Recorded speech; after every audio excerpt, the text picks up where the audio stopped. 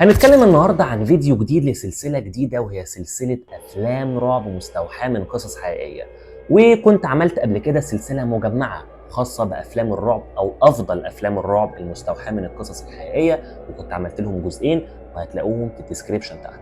لكن السلسله دي هي سلسله جديده مستقله بذاتها، هنتكلم فيها عن فيلم ونتغلغل ونتعمق في الاحداث، ونتكلم عن احداث ناس كتيره منكم مش عارفينها حصلت في القصه الحقيقيه الخاصه بافلام الرعب. وجه الوقت النهارده ان احنا نتكلم عن واحد من اشهر افلام الرعب اللي نزلت في تاريخ السينما بمناسبه صدور الجزء الرابع منه قريب الفتره الجايه دي ان شاء الله، وهو فيلم كونجورينج، وبالاخص كونجورينج يونيفرس. لان زي ما انتم عارفين ان كونجورينج او العالم الخاص بكونجورينج هو سلسله مجمعه، يعني الاحداث اللي حصلت بفيلم ذا نان مرتبطه بفيلم كونجورينج، مرتبطه بفيلم انابيل وغيره من الاحداث اللي حصلت في الافلام دي كلها، وكلهم مرتبطين ببعض او بالحقبه اللي حصلت فيها الافلام دي.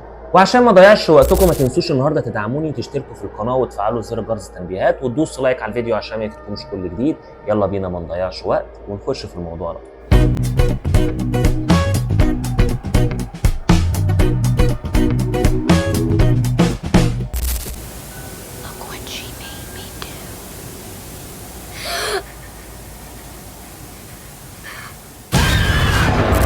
طبعا كل الاحداث اللي هتكلم عليها النهارده دي هتلاقوا المصادر بتاعتها في الوصف تحت. الاحداث دي كانت في الحقبه ما بين 1952 وهو فيلم ذا نان الى 1981 وهو الجزء الثالث من افلام كونجورينج اللي هو باسم كونجورينج ذا ديفل ميد مي دو ات. وطبعا النهارده مش هنقدر نتكلم عن كل الاحداث دي باستفاضه، عشان كده هنبدا نعمل لها جزء تاني ان شاء الله قريب لو الجزء ده عجبكم. عشان كده لو الجزء ده عجبكم ما تنسوش ان انتوا تشجعوني تحت في الكومنتات وتقولوا لي ان انا اعمل الجزء التاني. بس قبل ما نحكي على الاحداث اللي حصلت المرعبه في افلام كونجورينج لازم نعرف مين هم اصحاب القصه الحقيقيه اللي هم إد ولورين. لازم نعرف هم مين دول اصلا.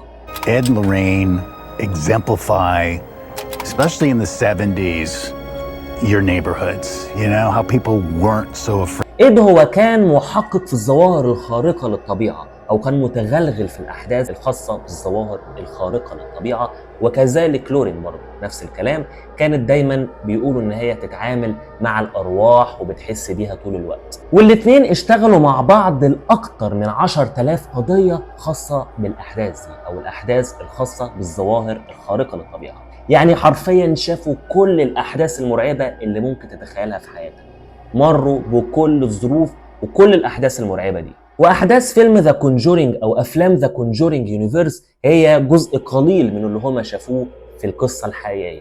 كان بيقال إن الأرواح الشريرة كانت بتتجنن لما لورين بالأخص تدخل المكان. الناس اللي كانت موجودة وقتها قالوا إن الكهرباء دايما بتقطع أو المرايات بتنكسر أول ما بيشوفوا لورين. وطبعا إد توفى في 23 أغسطس في 2006 عن عمر يناهز 79 سنة، ولورين هي كمان توفت في 18 إبريل 2019 عن عمر يناهز 92 سنة. طبعا كان موجود في بيتهم، واكيد انتوا عارفين الموضوع ده او مشهور جدا، كان موجود في بيتهم متحف خاص بكل الاحداث او كل الدلائل المرعبه اللي جمعوها في كل القضايا بتاعتهم اللي اشتغلوا عليها، وده من عرايس وتماثيل وادوات تعذيب واغراض من جلسات تحضير ارواح حقيقيه. كل الحاجات اللي كانت موجوده داخل المتحف ده او ما زالت موجوده داخل المتحف ده هم مش مشتريينها، لا ده الناس اللي حصل لهم الاحداث المرعبه دي جابوها بايديهم لإد ولورين وقال لهم الحاجات دي حرفيا يا جماعه سببت لنا مصايب. You're in probably one of the most haunted places in the world. وفي 2019 بقرار رسمي من الحكومة المتحف اتقفل لأنهم بيقولوا إن هو غير قابل لمعايير السلامة. وبالرغم كده الجيران اللي كانوا ساكنين حواليهم كانوا برضو بعد ما المتحف اتقفل كانوا بيسمعوا حاجات غريبة وحاجات خبط وترزيع في الأبواب طول الوقت في المتحف. وطبعا من ضمن الحاجات اللي موجودة جوه المتحف انتوا أكيد عارفين وهي الدمية أنابل. You have to conjure the spirits in order to get them. You know, you're not going to get them by just walking around here. And that's the one that's sort of depicted a little bit. في سنة 1970 بنت اسمها دونا كانت طالبة تمريض وعايشة مع زميلتها أنجي. في عيد ميلادها والدتها جابت لها هدية غريبة، وطبعا الصورة اللي هتشوفوها دلوقتي دي العروسة الحقيقية الخاصة بأنابل. عروسة قماش شكلها بريء، لكن اللي حصل بعدها كان مرعب. العروسة بدأت تتحرك من مكانها، كانوا دايما بيلاقوها في أوضاع مختلفة. العيلة دي خافت وجابوا وسيط روحاني قال لهم إن العروسة دي بيسكنها روح فتاة صغيرة اسمها أنابل. لكن لما إيد ولورين دخلوا في الموضوع قالوا إن دي مش روح بنت صغيرة سكنت جوه العروسة دي، لا ده شيطان بيتظاهر بده عشان يخدعهم. العروسة دي بسببها مات شاب كان بيسخر منها داخل المتحف، وقال قدام إيد ولورين لأن هم كانوا حاضرين في الوقت ده، قال إن هو مش خايف وكان بيستهزأ من العروسة التافهة دي. وبمجرد إن هو خرج من المتحف الشاب ده اتقتل في حادث غريب جدا، وهو إن خبطه موتوسيكل نط من أعلى الجسر، وكانت من أغرب الحوادث اللي حصلت في الوقت ده. في الوقت ده طبعا حطوها وحبسوها داخل صندوق معمول بطقوس دينية، بالرغم ان العروسة دي كانت محبوسة داخل الصندوق الخشبي ده، وكانوا كاتبين عليها اثناء زيارة اي حد ليها على الصندوق الخشبي ان انت ممنوع ان انت تقرب منها او تلمسها، او ممنوع اصلا تقرب او تلمس اي حاجة داخل المتحف بصفة عامة، وخصوصا العروسة أنابل. وبالرغم كده كانت الكنيسة الكاثوليكية عايزة تحرقها وعايزة تتخلص منها، لكن إيد ولورين رفضوا الموضوع ده رفض تام، لأن هم قالوا للكنيسة الكاثوليكية في الوقت ده إن أنتوا لو عملتوا كده ممكن الكيان الشرير اللي موجود داخل العروسة ده يتحرر، وساعتها هيسبب أذى كبير جدا للناس اللي موجودين في الوقت ده. What do I do? Protect your family.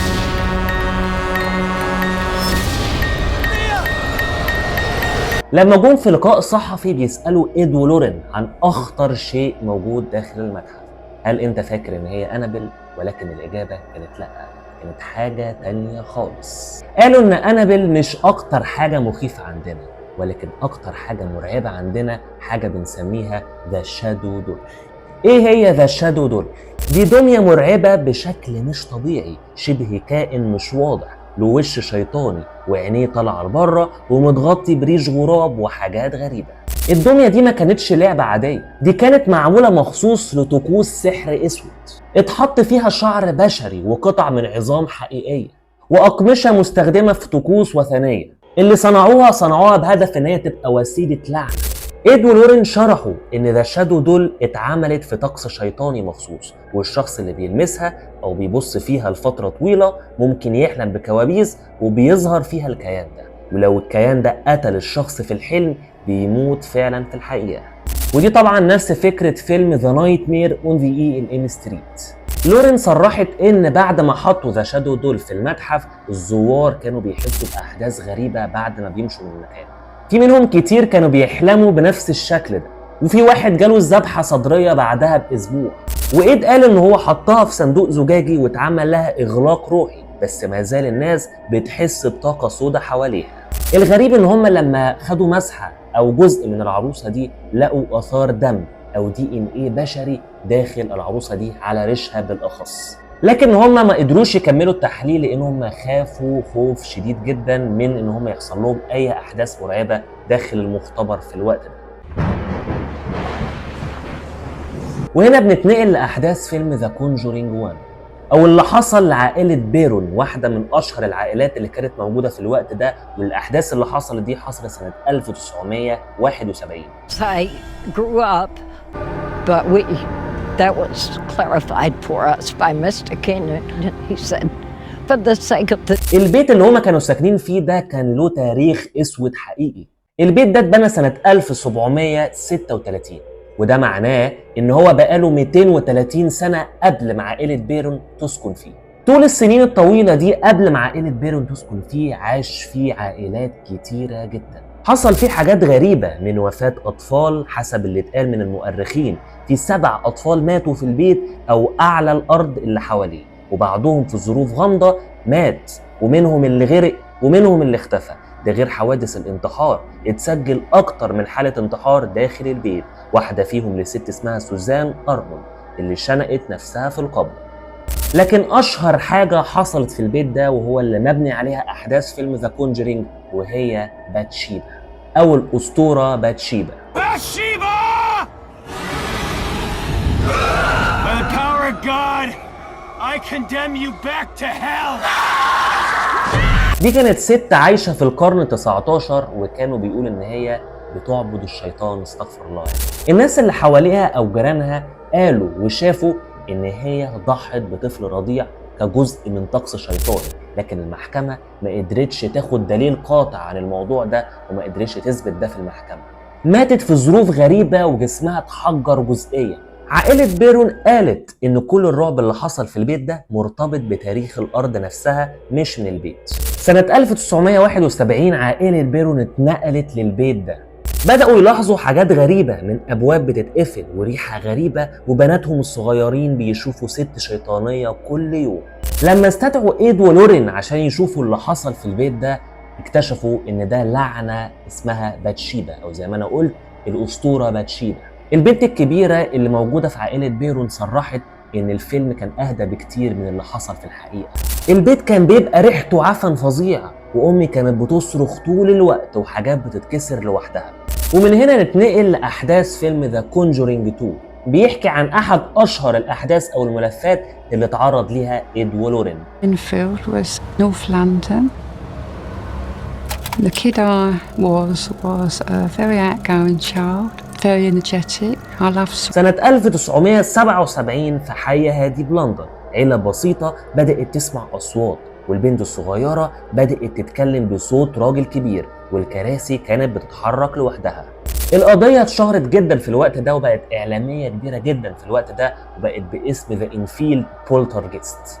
إيد ولورين لما راحوا البيت ده واتكلموا مع البنت الصغيرة دي قالت إن هي اسمها بيل، والمفاجأة إن بيل ده راجل مات داخل البيت ده قبل ما العيلة دي تنتقل ليه. الراجل ده كان اسمه بيل ويلكز، وهو راجل كبير في السن مات في البيت اللي عايشة فيه العيلة دي. في تسجيلات صوت وفيديو مرعبة للبنت دي وهي بتتكلم بصوت مرعب، بصوت راجل.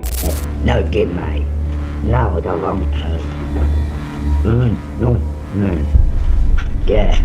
Yeah, I'll do it. الشرطة نفسها ما كانتش مصدقة الأحداث المرعبة اللي كانت بتحصل دي لحد ما شافوا الكراسي وهي بتتحرك لوحدها، وده بالمناسبة نفس اللي حصل في الفيلم بالظبط. Attached to it and one of us might be playing a joke on her and maybe that's the sort of look she gave. وهنا نتنقل لأحداث الجزء الثالث من سلسلة أفلام ذا كونجرينج، وهي باسم The Devil Made Me Do It. ودي كانت أول جريمة قتل حصلت بسبب تلبس. دي كانت أول مرة في التاريخ واحد يقف قدام القاضي ويقول مش أنا اللي قتلته، ده الشيطان هو اللي خلاني أعمل كده. القاتل أرني جونسون قال إن كان شرير سيطر عليه بعد ما حضر جلسة طرد روح لطفل صغير، وكانت الروح دي اتنقلت له. والأحداث دي حصلت سنة 1981 لما أرن تشايان جونسون كان عنده 19 سنة ودخل في مشادة مع ألان بونو اللي هو الضحية اللي هو صاحب البيت، وده خلال عشاء وشرب مع العيلة، وبعد كده طعنوا عدة طعنات وتوفى في ساعات بعد كده. أرني جونسون نفى اللي هو عمل كده وقال في المحكمة قدام القاضي إن هو ممسوس بالشياطين، والشياطين هي اللي أجبرته إن هو يعمل كده. دي كانت أول مرة في أمريكا بيستخدم فيها محامي الدفاع بالتلبس الشيطاني، لكن القاضي في الوقت ده رفض الدفاع ده وحكم عليه ب20 سنة سجن. الموضوع في الوقت ده اتقلب قضية مشهورة جدا واتكلم عنها الإعلام سنين طويلة، وإيد ولورين شهدوا في المحكمة دي، بس المحكمة في الوقت ده ما اعترفتش بالدفاع ده كدليل قانوني لعدم إثبات الأدلة. إيد بعدها اتعرض لأزمة قلبية، ولورين قالت إنه كان بيسمع أصوات قبل النوم، يعني القضية دي كانت آخر حاجة اشتغل عليها تقريبا قبل ما يتوفى.